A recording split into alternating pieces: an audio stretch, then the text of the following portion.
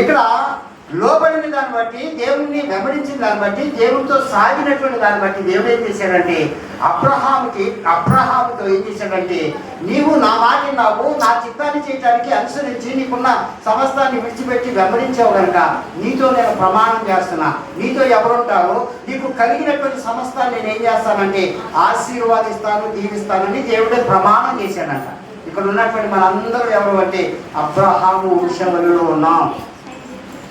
ఈ నేను రవి కుటుంబం కావచ్చు, లేదా యేసుపదం కుటుంబం కావచ్చు, ఏరియా కుటుంబం కావచ్చు, నా కుటుంబం కావచ్చు, ఈ దినాన ఎలాంటి స్థితిలో మనం ఉండొచ్చేమో, కానీ దేవుని వాక్యం నమ్మదగినది, ఎనలేనిది కనుక తప్పుకోకుండా దేవుడు ఇచ్చిన మాట ప్రకారం ఏం చేస్తాడంటే వాగ్దానాన్ని నెరవేర్చేవాడిగా ఉంటాడు. మొదటిది ఇక్కడ మనకి మత్తయి సువార్త 1:1 చదువుకుంటే అక్కడ ఏం చెప్పబడిందంటే అబ్రహాము కుమారుడైన దావీదు, ఆయన కుమారుడైనటువంటి యేసు. చూడండి ఇర్మియా గ్రంథం 26:33-26.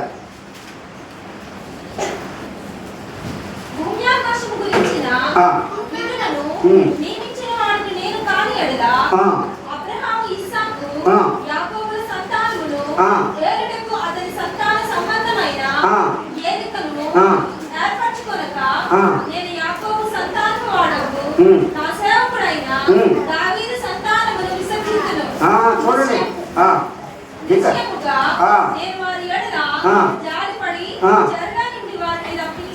చాలండి. ఇక్కడ చూస్తే మళ్ళీ ఇక్కడ దావీదుని జ్ఞాపకం చేసుకుంటున్నాడు. మొదటి మాటలోనేమో ఆదికాండంలోనే అబ్రహాముని జ్ఞాపకం చేసుకున్నాడు. రెండోది అబ్రహాము కుమారుడు దావీదుని జ్ఞాపకం చేసుకుంటున్నాడు. ఇక్కడ 8:33-26. అలాగే ఆమోసు గ్రంథం చూడండి, ఆమోసు గ్రంథం 9వ అధ్యాయం 11వ వచనం.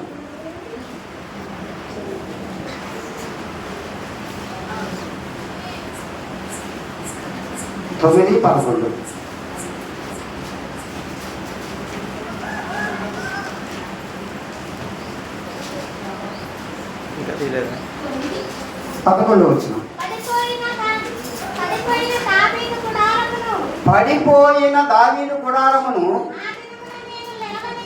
ఆ దినమున నేను లేవనెత్తి